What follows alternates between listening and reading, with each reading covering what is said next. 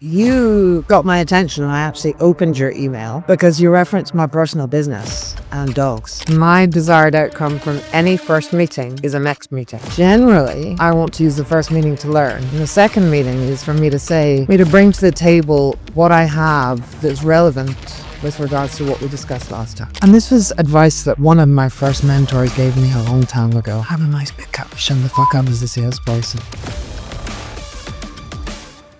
This has always surprised me a little bit, but apparently 72% of you who regularly watch the show haven't subscribed yet. So before we get into the episode, if I could ask you a quick favor, if you've been enjoying these podcasts and want to support us, a free, simple way to do that is to subscribe. It's really going to help, especially because I just left my W-2 corporate job to go all in on building this stream. And if you guys subscribe, my commitment to you is to make every week's episode more and more valuable, to take in your feedback and actually listen and bring on the guests you want me to bring on, and to give you everything I got. This is my dream. I'm all in, and I appreciate you growing with me on the journey. With that, enjoy the episode. I've got an amazing guest today, Emma G, who's become a personal friend and also just an inspiration as someone who has reached the highest tech sales heights, closing $250 million plus deals in enterprise tech.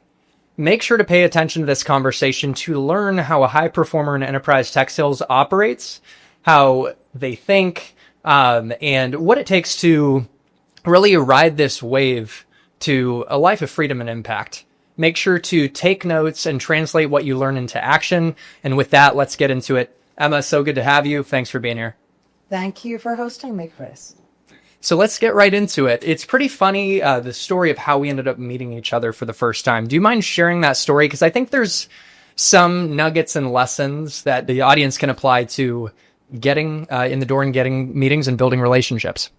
Sure thing, Chris. So, as you know, I get a lot of partner requests from organizations looking to partner with the company I work with to deliver solutions to our customers.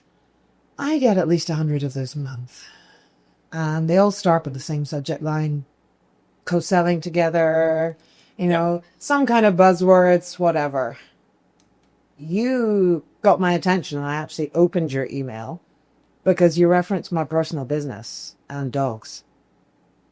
And you did the research, you went beyond my career, and you went to what you probably knew that I would respond to because it was different from every other partner email I got. So you did the time, you did the research, and you were beyond authentic.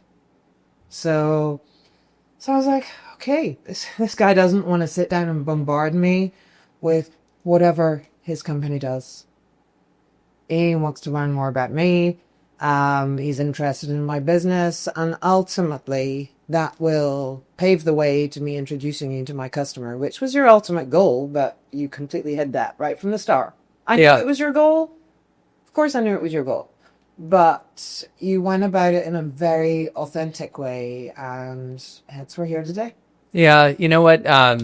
What's amazing, though, is what has been way more valuable to me is building our relationship. And I couldn't even guess that because my initial goal was to, meet your customer, and a pretty incredible customer. But that's the beauty of tech sales is sometimes serendipitously, you just get great relationships from this path. And I see you as a lifelong friend. And by the way, for the audience, do you mind giving a little context for those who are new to tech sales on the dynamic between our organizations? Like, obviously, I'm a partner that can co-sell with you. But if you would basically partner co-sell motions for newbies. Sure. So my customer is a big established customer. They have a set of partners that they know and trust. I get a lot of requests from either software partners, hardware partners, cloud partners, looking to partner with my organization to deliver solutions to my customer. I've got to really trust the person that I'm going to bring in to a very strategic and valuable customer to my organization. I'm not going to bring in somebody who's going to talk solutions in the first meeting. I've been there, I've done that. It goes down terribly. It goes down really badly, unless you're dealing at the lower level. If you're dealing with, lower level engineers, they need to implement a new technology in the next few months. Absolutely talk tech all day to them. But the decision makers, they're going to sign the orders and approve the deal. Your conversation is completely different. And I'm looking for partners. If I'm bringing in new partners to my customer, they've got to be able to engage at both levels. You've got to be able to get into the weeds. I can't get into the weeds, but I have plenty of resources that do. But I need to partner with companies that can sit around a dinner table or a boardroom table and have relevant conversations that probably don't touch technology that much. They talk about business why. They talk about transformation. So that's the level of conversation that I'm looking to bring in to my conversations. Now, you recently closed, I think, a 57 million over two. How much was it? Was that the deal? That's accurate. Okay. And we were catching up and you told me the secret to connecting with executives at the highest levels and closing massive deals. And it inspired me to buy this, not a poster, but this little thing. And here it is for the audience. I think you can see it. We were laughing about it. You can see it. What does this mean? Because you said that even executives of top companies, that sales executives that are trying to connect with executives of the customer, get this wrong. So what's the key? I laugh when I come across who's very excited to tell me about a meeting that they had with an executive. How they talked about all their solutions and products and had a great meeting. And I'm like, okay, that's well done. What did you learn? Well, I think they want to buy our stuff. They probably don't. So, and this was advice that one of my first mentors gave me a long time ago, was have a nice big cup to shut the fuck up. So I'm British, obviously, and it's very... Yeah. We have a cup of tea for everything. Yeah. A cup of tea solves everything. But when Pro it comes tip. to sales, have a nice big cup to shut the fuck up as a salesperson. Yeah. Listen, we were given 2 ears and one mouth for a really good reason. And that mirrors with also executives have got to the position they've got to. Most of them. Some of them not. But generally, they want to talk. They have experience. They have initiatives. They want to talk and share them with you if you ask the right questions. And those are really simple, open questions. And that don't involve you. Don't involve your company, your products, your services, your whatever. You want to learn about the person you're talking to. So what are some of the simple open questions that the audience can take away right from this conversation, start applying for their own executive meetings? If you were to meet an executive for the first time, say for a new enterprise account. That's difficult. Because it's a case of reading the room. It's, this is really difficult to describe, but I'll try best I can. Thank you for trying, because it is such an art, especially at your level. It's nuanced. I like to connect with people on a personal level, be that their vacations, where they're from, where they've traveled, what they like to eat. So I start with a really open question. As open as, how's your week going? It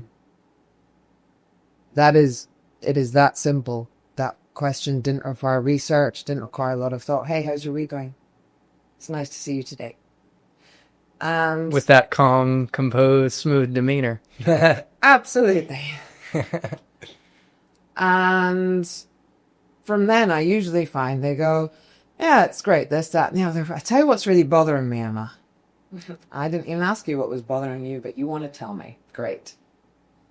I wonder if it's partly to your way of being and how you're showing up that is inviting that beyond the question you ask.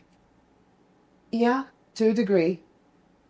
Because you're not this anxious, like, how's your weekend? Like, you're calm, cool, and collected. You're professional. I just wonder, I believe that also how you show up plays a part. It invites it. And I think how you show up relates to what is your desired outcome from that meeting. And my desired outcome from any first meeting is a next meeting. That's all that's important to me, actually. And if I sit and bombard my customer with information about me, my company, I'm not going to get that second meeting. Generally, I want to use the first meeting to learn. And the second meeting is for me to bring to the table what I have that's relevant with regards to what we discussed last time. Mm. And with that, I've had a couple of definitely days, if not weeks, to craft that story based on what I've learned.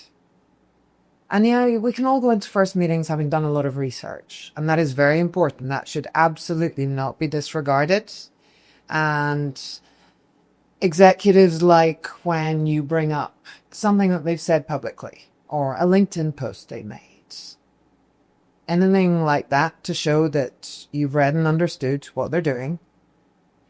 But then keep it personal. Don't jump in with solutions. Sit and listen. Understand as much as you can about your customer and about the individual and about the company. And then take that away. Collate your people, your resources, your knowledge. Do your research even more. And come back to that second meeting with something very, very relevant that is exactly correlated to what your executive was talking about. So that is my goal for every meeting, is not to bombard my customer with information, to get in the next meeting. You're focused on first seeking to understand, which reminds me of 7 Habits of Highly Effective People. And you gather the information you need to go to internal stakeholders at your company. I imagine you're running things by technical resources. Like, who are the types of resources that you use in your own internal committee as you put together what I imagine is like a very relevant value hypothesis to bring back for meeting 2? So for me, I've got my core team. You've met my esteemed solutions architect. Yeah, smart guy. He's a tough guy to get to. He's even tougher than me to get in his calendar. Yeah. Because his time is valuable, and he has even less time for bullshit than I do. Yeah. You had time for a little bit of it. I can take a little bit, but him, no. Yeah. No, he won't take any of it. And I like that. So he is my key resource. I also draw upon, if I'm looking to talk about a particular technology or solution, I'm very lucky that I'm armed with a lot of resources to articulate both from a technical and a business perspective. It is my job to make sure that, I guess, I've heard I am not into American ball games, I'm sorry, but I've heard salespeople frequently referred to as quarterbacks. Yeah, absolutely. And that I always call, hey, I would even tell customers, like, you can think of me as your best spin quarterback. So good point. Yeah. Very American. So, yeah, it's bringing in the right resources at the right time with the right message and the right briefing. It is not throwing resources because they can talk more technically than you. That doesn't work. It is bringing in the right resources, briefing them on what your customer is trying to achieve at the highest possible business level. And then bringing the right resources to break that down into technical components, into business value components, to create a really strong end-to-end story for your customer. And if you can get some good other customer references in there, that's great. And you can get another customer to get on a call or come out for dinner with your executive. That's where it becomes really powerful. Yes. That's social proof, but we're not just talking like referencing a customer on a cold email to make it a little warmer. We're talking getting them connected executive to executive over a dinner or something. That is so powerful, and they're selling for you. That's a good pro move right there. Obviously, you need to be in the high-tech places with great companies and great customers to be able to pull it off, but that's a good insight. So, yeah. So I'm trying to think what else I want to dig into because there's so much. We go in many directions. I want to hear about that first executive meeting that you had because you said you had a good story around it. So yeah, tell us about your first ever like big executive meeting. Sure. I was thrown in hugely at the deep end. It was 20 years ago. Wow. In fact, pretty much exactly 20 years ago. Oh, cool. I was in my first tech role, but I wasn't really in the role yet because I was on their graduate training program. And that was a year of training with a couple of field trips broken up where you got to shadow customer meetings or cold calls, whichever way that you were deciding to go in the sales arena. And my mentor said to me, hey, we're going to New York next week. I was based in London at the time. We're going to New York next week to meet the CIO of the world's biggest investment bank. You're going to come. What am I going to say? I don't know enough about the products we sell yet. No, that's exactly why we're bringing you. Okay. And that was me thrown in at the deep end. And we were at a fabulous restaurant in New York. And I got to the exec in ways that my coworkers couldn't because they just wanted to talk about products and solutions. But the sales leader of the industry at the time said, no, I think it'd be good if we put Emma in this meeting. And I learned everything about that CIO. Both personally, that, you know, what his kids were into, where they were going on vacation, happened to be my home country. Happy days. Oh, what a great connection there. I got lucky on that one. I got really lucky on that one. It's fun when that happens. And he was really into talking about whiskey. And at the time, I held a Master of Spirits certification. No way. How perfect. Game over. So, I mean, that was just luck. But I translate it the same way now. I go into executive meetings the same way. I want to learn about them, what motivates them personally, and what's going to make them look good at their company. Maybe their goal is retirement. The last big deal I did before the last one we just talked about, the really large one, that executive's goal was to retire. Wow. He wanted to go out doing one big last deal. And I was there to make sure I bought the right team, to make sure that he retired a hero. Wow. You know what? I would tell customers myself, my job's to make you look like a hero. And it's funny that you say that. I'll say that out loud. Okay. Yeah. I'll say it out loud. Really? Yeah. Well, this is why you're my coach here. You know? This is part of it. What's fun about these conversations too is I can bring up a perspective and I can get coaching from you, for example, which guys, you want to listen to Emma. So tell me I managed to survive. I didn't burn the bridge, but talk us through maybe the psychology or the nuance of why you don't want to actually say it. You know, maybe it's some things just don't need to be said, but what's your thoughts on this? It doesn't seem authentic. Got it. Like, I remember all through my sales career, I've been in so many meetings where salespeople, usually more overlay specialist resources, because they feel they need to make their mark. You know, you brought a meeting. You know, so what keeps you awake at night? I'm like, you've asked that to an executive? Seriously? That's what every single salesperson out of their 101 sales book asks. You've got a lot more questions to ask before you get there. Don't go straight in for the what's your programs. Yes. It's funny, my first executive meeting, when I was in field for the first time at Google Cloud before we connected on the Bespin front, I actually did that in a meeting with sitting across from a COO, kind of like this at the table. And he mentioned a problem. So it did come up, but I said, and I've mentioned this in other podcasts, like, oh, he said some other things. I'm like, I wanted to get back to you. I was actually pretty excited about your Heroku scaling challenges. So I said I was excited about your problems, basically implying because that gives me a chance to sell to you. And so there you go. And you have to get to a point too, it seems, where you earn the trust. Kind of, you don't move too fast, yeah. And the higher the level of customer executive you're working with, the more you need to shut the fuck up. And I mentor a lot of younger salespeople, both within my organization and in other organizations. And one girl in particular, her name is Ashley. I'm going to call her out because I want her to see this. Ashley. She asked me a great question a couple of months ago in one of our mentor meetings. She was having a CIO dinner. She was, I don't know what to read up on. I don't know what to talk about. I'm worried. I'm like, just be exactly yourself. Just be yourself. Be authentic.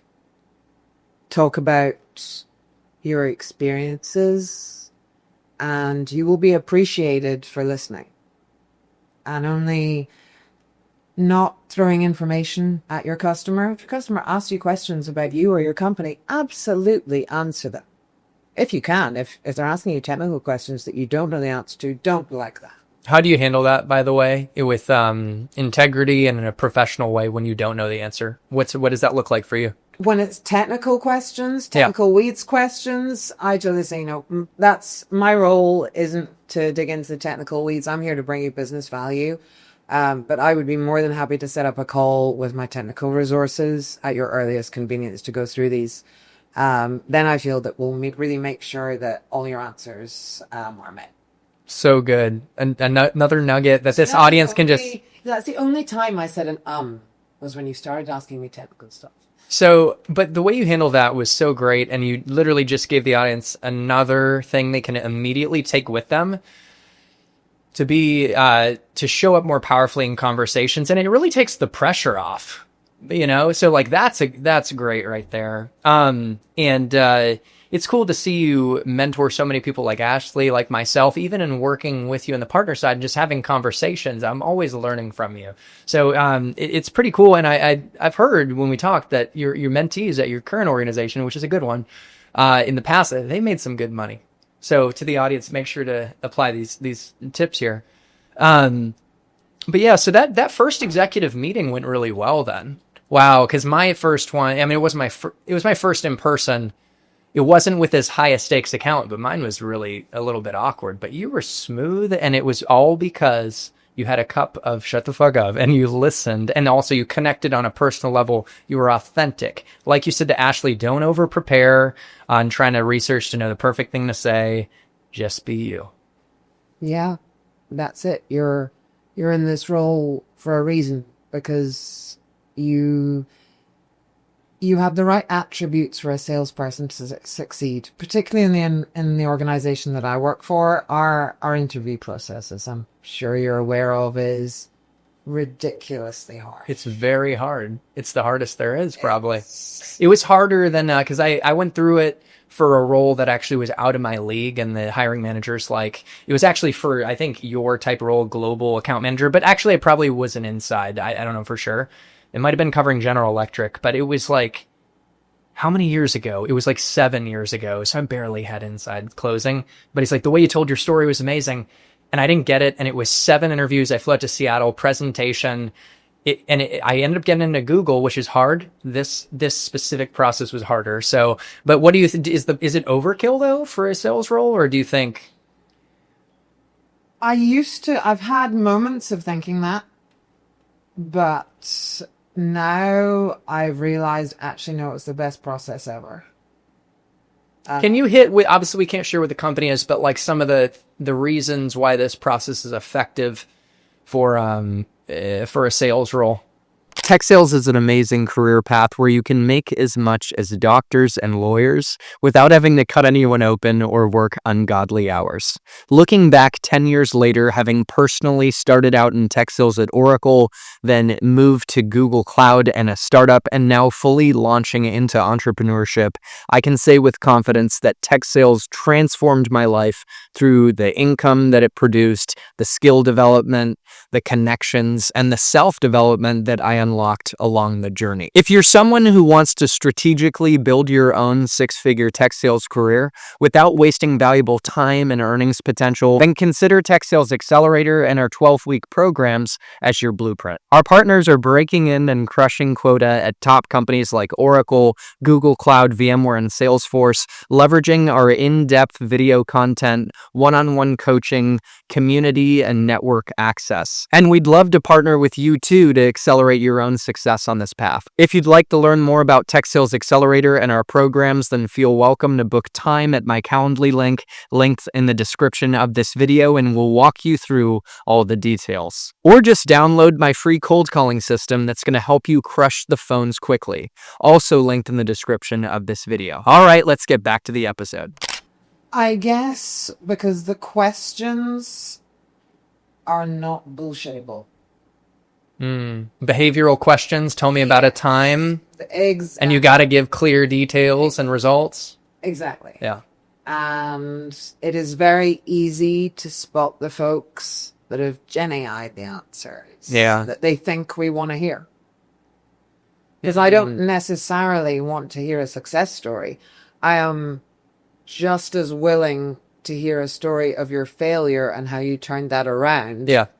As opposed to a bullshit story about success. Yeah. I would rather a failure story that's good and authentic than a success story that's not. Yeah. I want to know what you've learned, how you've grown as a person. And I want to know that you're authentic, and you'll be authentic both with your internal stakeholders and, more importantly, with your customers, or just as importantly with your customers. Authenticity is a key theme here. Like I said to, your mentee, but also authenticity when you're like, I'm not, it's not my place. I'm not technical, but I'm going to get you an answer. Being honest about failures rather than trying to tell people what they want to hear. And there might be something going back to my job's to make you a champion.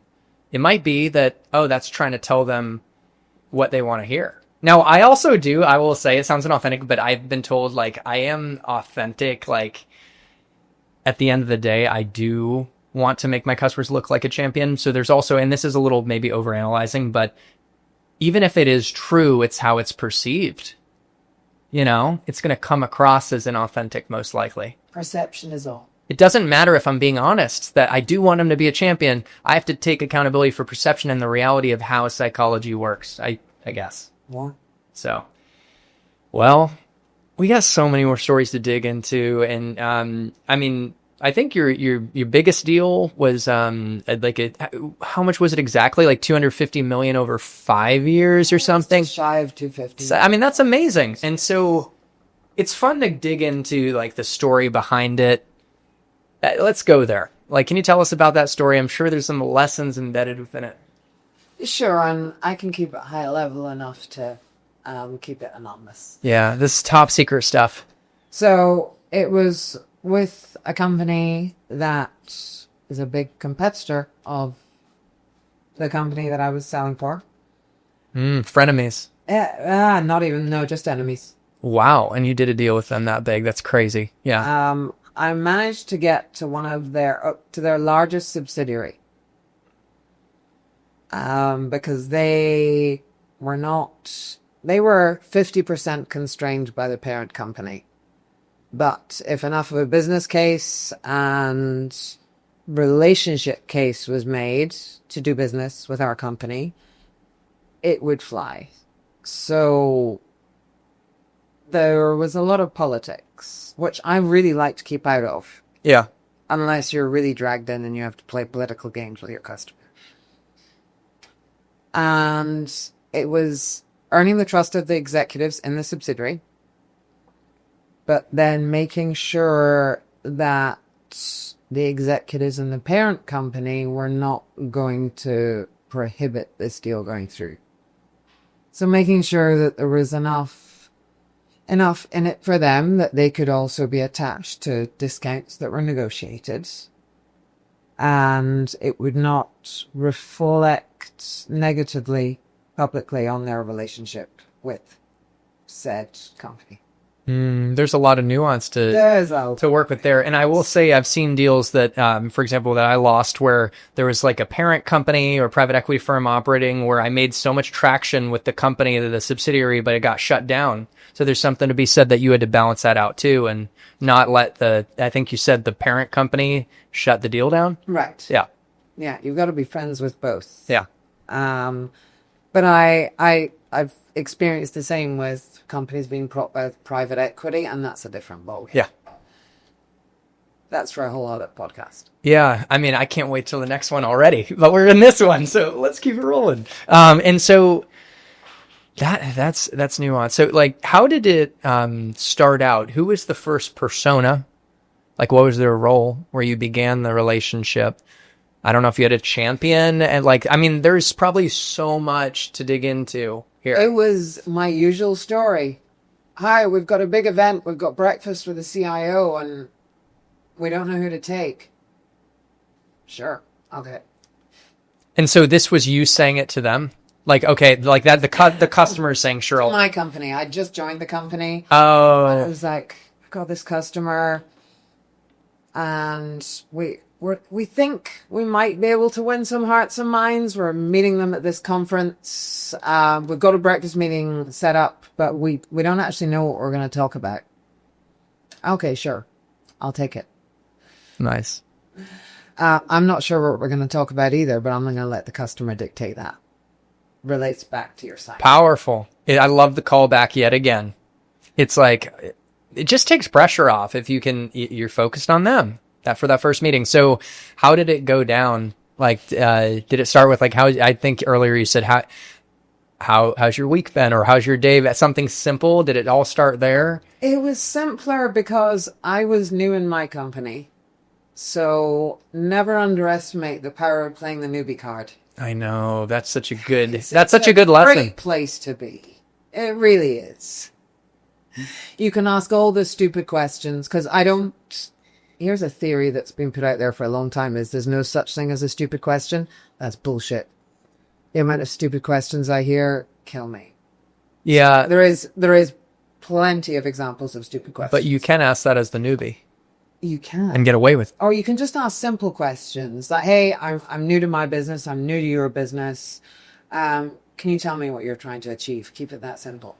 And it's better to hear directly from them freshly because business always evolves, I realize, versus, oh, I read up on this and I think this. Like, I can't tell you, like, I mean, not a million times, but a couple times where I talk to executives and they literally, there's like, I researched their Data V core product to prepare how, like, when I was at Google Cloud, we're going to differentiate it in the market. They said, first thing I say is we're moving away from Data V and a product company to a services company. It's all out the window. So, got to be ready to dance. And so you're playing the newbie card. And I also think that it's like our knowledge of what we think we know that really limits us. Especially, like, I think that I've heard like sellers who get more and more experience, but they get set in what they think they know, and it prevents connecting with the customer. So anyways, getting back on track with the story, how did it flow from there? Were there any like aha moments or interesting things? And what did that lead to from that first time together? That was when I learned that this executive's goal was to retire. Oh, that was that one. Yeah, it wasn't. Oh. It wasn't to be promoted. It was to retire, but he wasn't going to retire until he made a huge impact on his business. Oh, and this is cool because I actually wanted to ask you about it earlier. He didn't retire, by the way. Oh, okay. He didn't retire, and I love it. We still have a yearly connection. Hey, happy Christmas! I missed the bottle of tequila you sent me. Oh, that's so cool. Yeah. So, yeah, it was finding out what executives are particularly interested in, what makes them look good.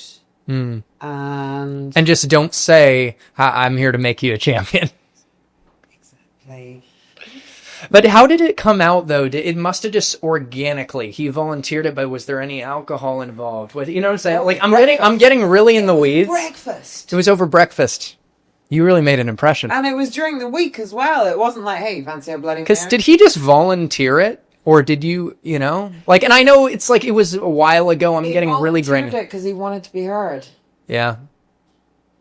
Because most executives do want to be heard. Yeah. They've got to a certain level. They have the experience. They want to learn, to a degree they want to learn, but most of all they want to be heard, and they want you to understand how they are going to be successful. So that is super important. And I still find today, when I meet with a new executive, we've met with people with your company before, and it's just been really nice just for you to listen what we're trying to do.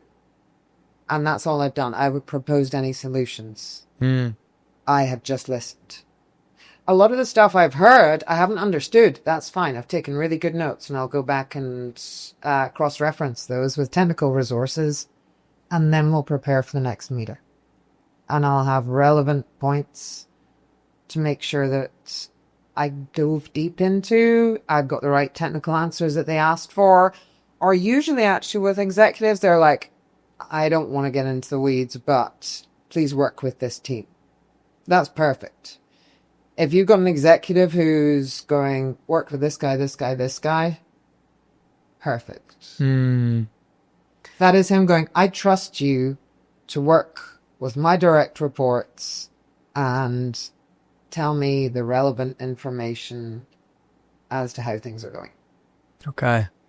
Yeah, when it's coming from the top like that, they're going to meet with you. And then you go in there, and I'm sure you're also allowing these reports to feel heard, to understand what makes them tick and their personal goals. You're really listening in that first interaction. You get exactly what you need from there. And then I imagine you might even yo-yo back to the top to keep them updated. Like, how does that interaction go? Like, at what points do you go back to the top as you're progressing? I imagine because you're doing quite a bit of work in between first discovery meeting and then like deal. Right. Yeah.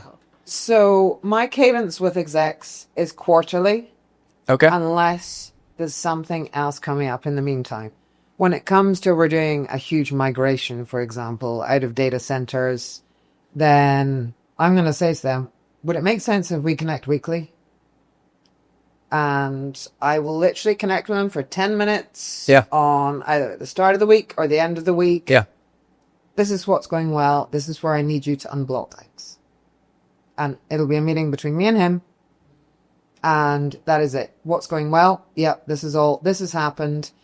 I'm struggling with this. Can you please help us unblock this? Cool. And then things get done. There's the project meetings every week, of course, where you as an account exec understand what's good and what's bad. That is what you're taking to your executive. Good news and bad news. Interesting. Not a rundown of everything. They don't have time or inclination to hear that. So what's good news? It's like, okay, we're tracking, like we just completed this specific phase of the project, and it's good news. And then bad news is we ran into a technical blocker. Could you just like give maybe a high level example of what the good versus bad news could look like? Right. So good news is, we're tracking ahead of progress or we're tracking to progress. Yeah. We're within budget, all of that good stuff. Maybe we managed to accelerate something. Bad news. Let's not call it bad news. That was my fault. I started with that. So you don't say that then. You're like, here's concerns I have. We are struggling for maybe an instance to be provisioned. Can you tell me who I can work with on the provisioning team to help expedite this, please? And they will go and if it matters to them that something is going to be delayed, they will go and find that person. They'll give them a little bit of a shake-up.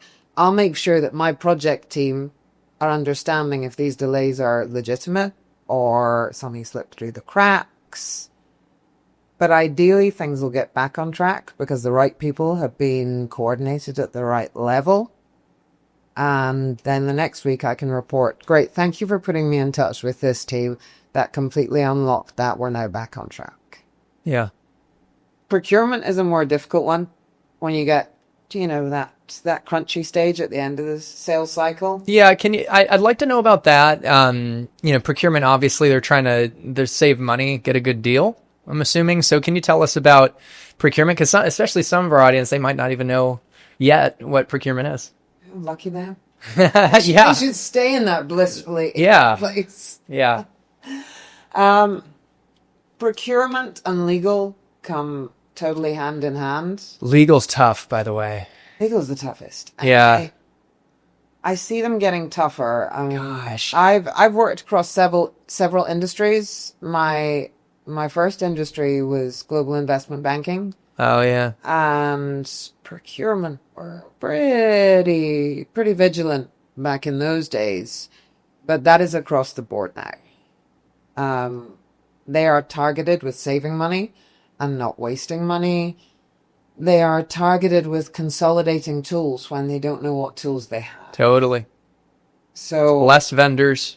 right, exactly. So my MO with procurement is just try to make their life easier. Try to consolidate tools. Try to create multi-year contracts that really make procurement have longer, more strategic relationships with you. Take away annual legal cycles. And ultimately don't delay small or big deals for you when it comes to the time. Because big deals being delayed is very frustrating, but equally a small deal that's for a proof of concept for some awesome new technology that is going to transform your customer's life. If procurement or legal are putting blockers in your way for small things, that's going to prevent you impressing your executives, getting to the right level, creating business value. So make sure you understand procurement cycles. Building relationship with procurement is difficult. They are set up to be like this. They don't want to go out for dinner. They don't want to play golf. They don't want to do any of that stuff. Yeah. They want to know where you're going to save them money. Yeah. Or how you're going to make it easier to do business, less contracts to sign, less cycles of approval. But make sure you've got executives on your side to help you coax procurement. Yeah. And not hold things up. Yeah. One of my last meetings before leaving my past job was with a CIO, and he brought in procurement. And but it was just funny because Joe in procurement, I could tell he was tough. And even just because this was completely net new to my company, the CIO is like, I mean, playing devil's advocate, like, you got to help me make the case to go through all the effort with procurement and legal just to get a NDA in place, just to get you in our vendor system onboarding. And so that's a whole thing too, to like get into an enterprise company for the first time, you know, especially with like going through the hoops of procurement and legal. And honestly, like a big deal that I pursued for 1 year, 3 months, I lost it due to legal. And our company didn't have a ISO certification artifact. We weren't willing to share it, actually, which at a big company, that's not going to be an issue, I don't think.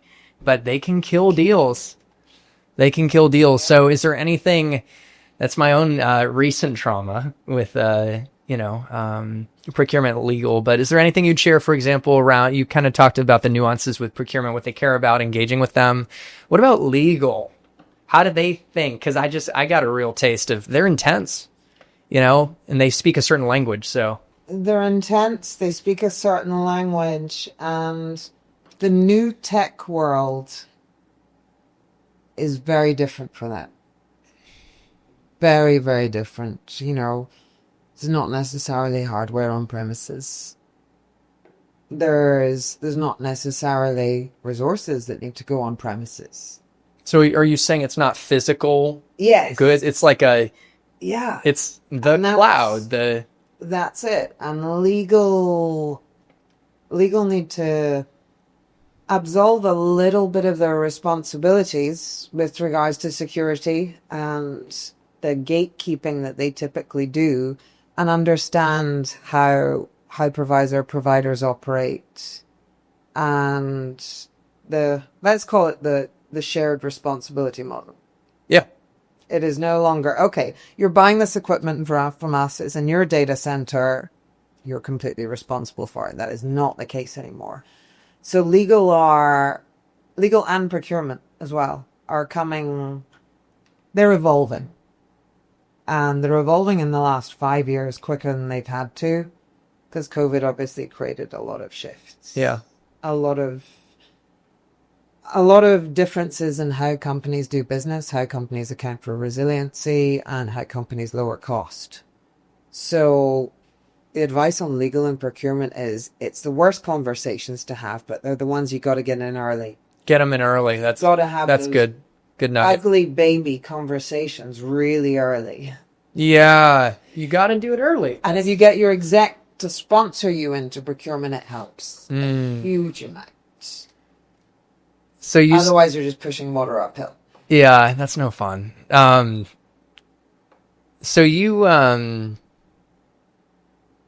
lost my train of thought, Emma, but I'll try and get it back on track.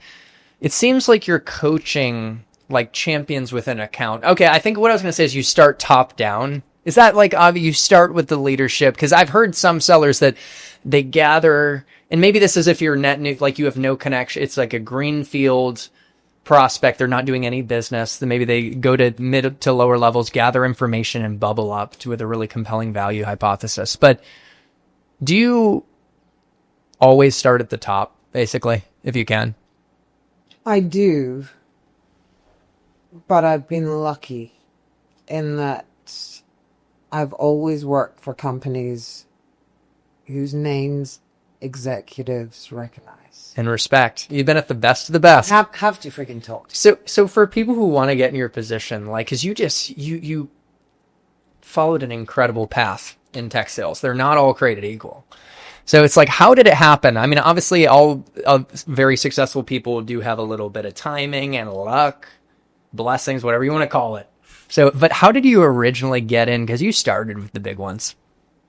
I did, and I knew that it was this huge arena that I knew nothing about at the time, 20 years ago. But I found the right mentors early on from all walks of tech sales, both the technical folks and the folks like me who are not actually comfortable in really technical conversations, but they're highly comfortable and capable in business conversations.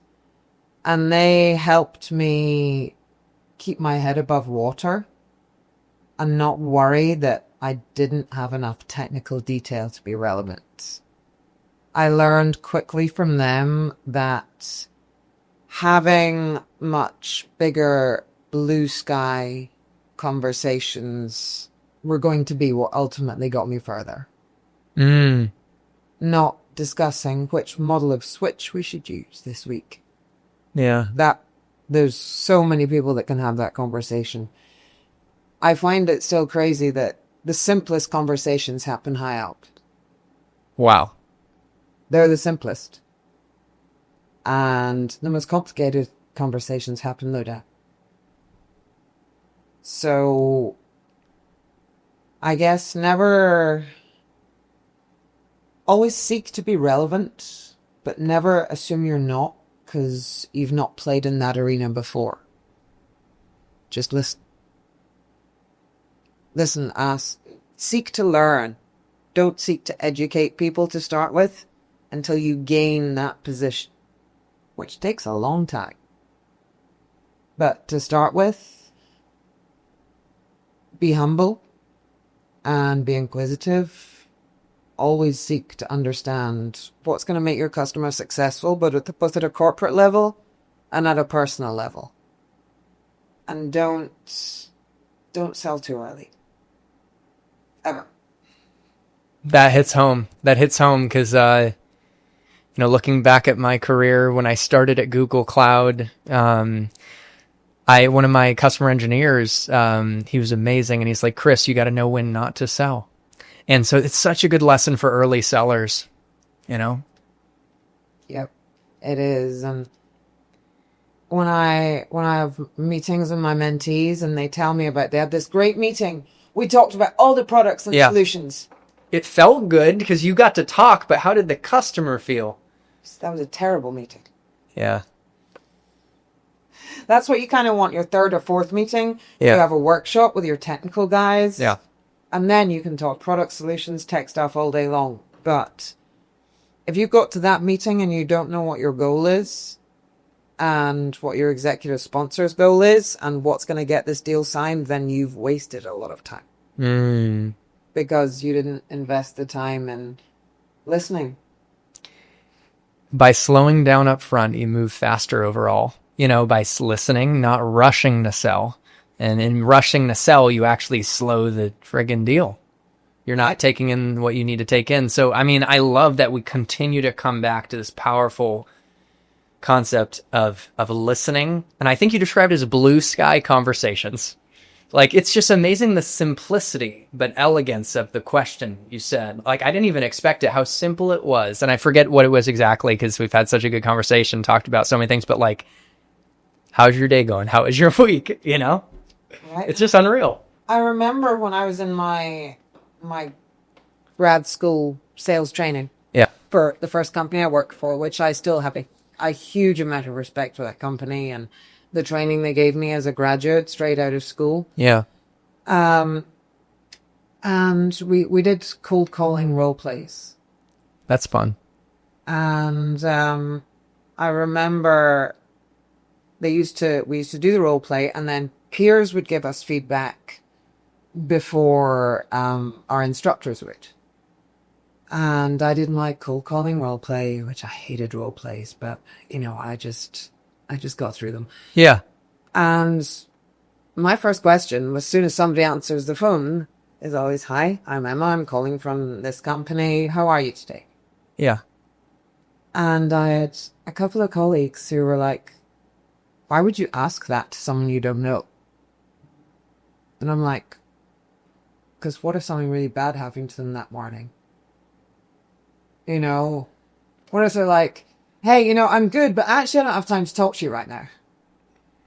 And all my coworkers just went straight into basically like, "What's your budget?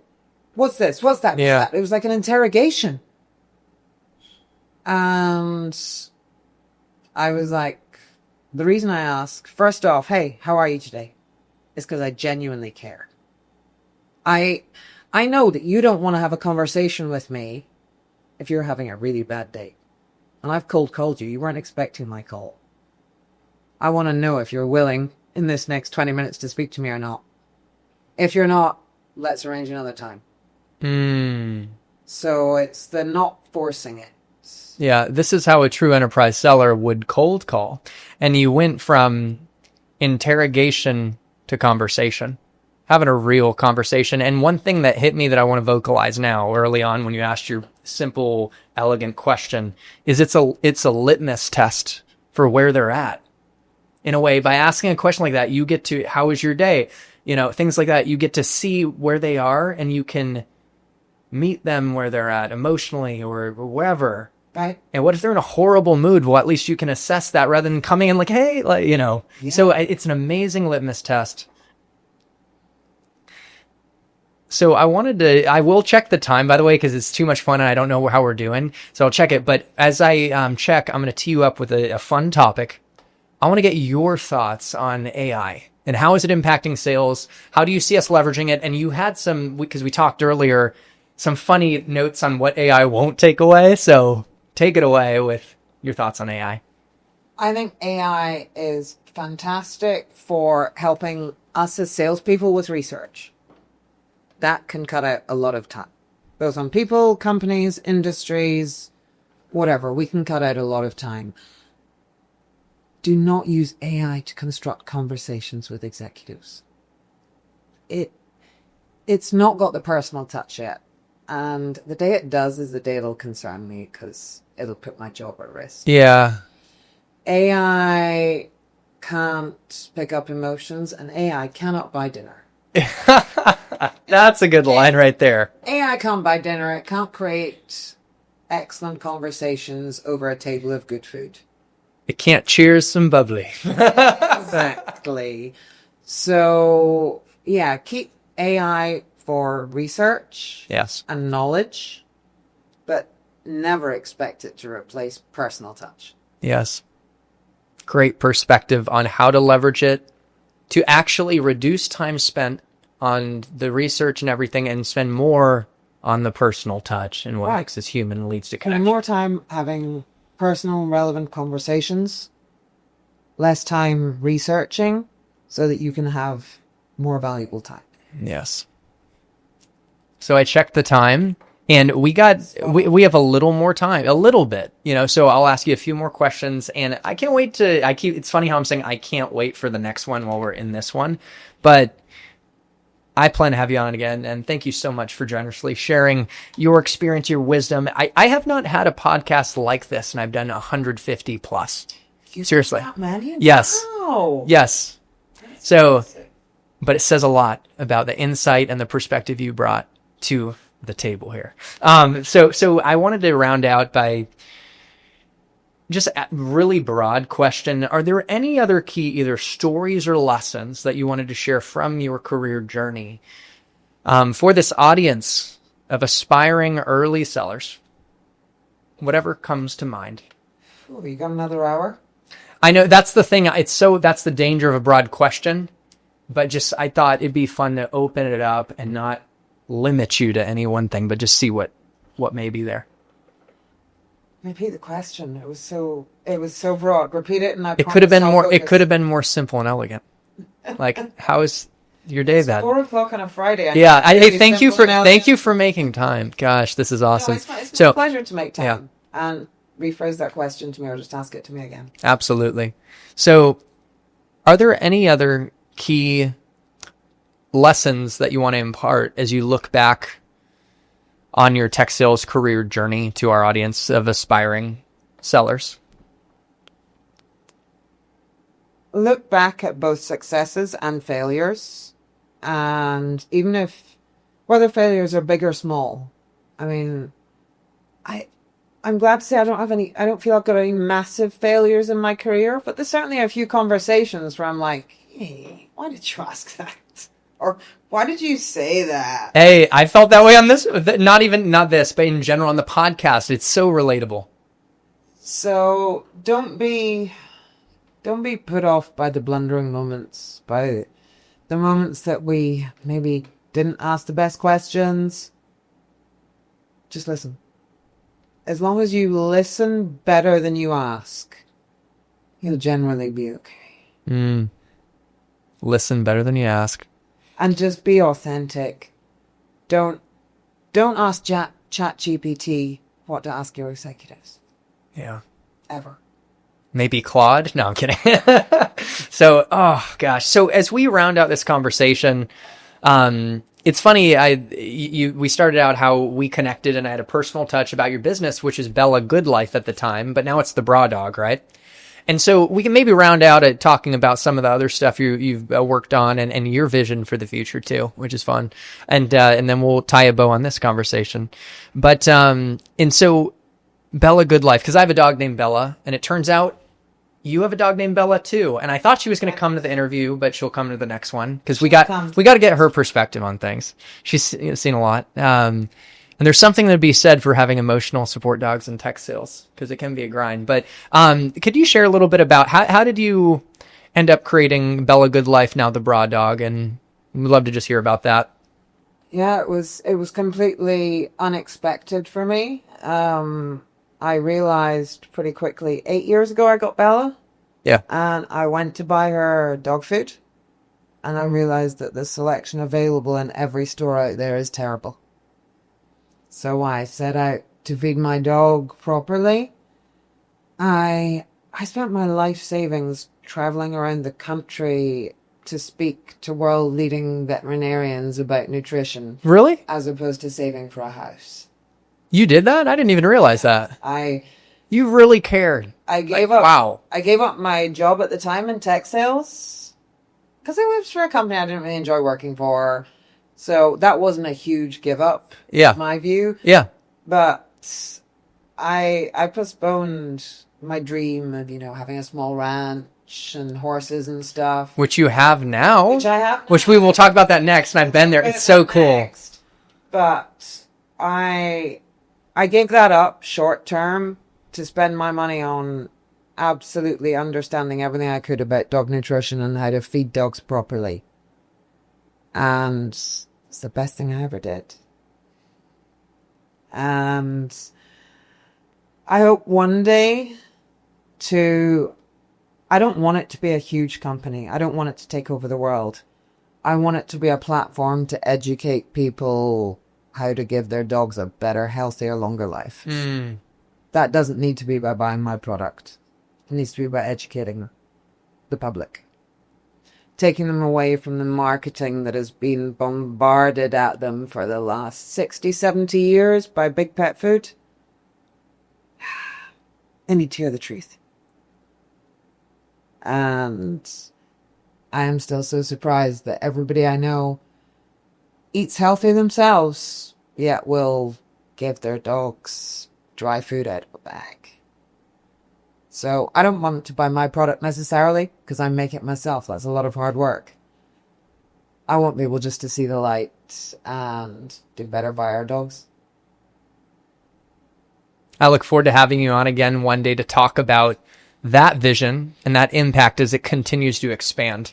And I'm grateful that I've got to try your treats, and I tried them. So Bella had the treats, but the humans can eat them too. And I think it was like a chicken treat. It was pork. And we could link it in the description of this video, by the way, for the audience to check out. Cause I know some of my audience, you guys have pets, and you got to take care of them and give them the best stuff. So, but one final thing I want to talk about is, like tech sales, you've been so successful. You've made some good money. You've closed some good deals, and, you've been able to fulfill on some of your dreams, and I know you have more to come. And you have a ranch that I went to with animals and horses. It's like you are fulfilling the dreams that someone as a little girl or even a little guy might have. So can you talk about like the kind of the ranch and everything, and also not to be like I'm kind of forcing you to say how did tech sales enable it, but if you want to share any perspective on how the path did support that dream. Big question. And maybe this is like, and then we'll round it out, I guess. I ask these big questions, and you know what? Big one right at the end. Yeah, and you know what? Like, I don't want to give the standard follow your dreams. Yeah. Because, that's the truth. Yeah, follow your dreams, but don't be afraid to give up short-term gains for long-term goals. And that goes for sales as well. I've actively not sold short-term deals. I've been screamed at by my manager, not in this role, in previous roles. Yeah. For not just getting a deal done. Because that doesn't mean much to me. I would rather take another year to do a deal that's going to be a 5-year deal than close a deal this month that you will have implemented in a year and you'll probably never speak to me again. You're focused on the long game. Always look at the long game. Always. Get some short-term wins along the way. That's great. Awesome. Sweet. That's a little added bonus. But always focus on the long game. Cheers to the long game. What a note to end on. I am so grateful for our friendship, for your mentorship. I've learned so much from you. And I know the audience, you guys got to hear from someone at the peak of the tech sales game, building her dreams and making a huge impact. So Emma, thank you for your time. I already, as I say, can't wait for the next conversation. And to the audience, thank you for investing in your personal and professional development and your tech sales dreams. Thank you for being a part of this community. And to your success in tech sales and in life, happy selling and happy living. And we'll see you in the next one. Cheers, Emma. Thank you, Chris.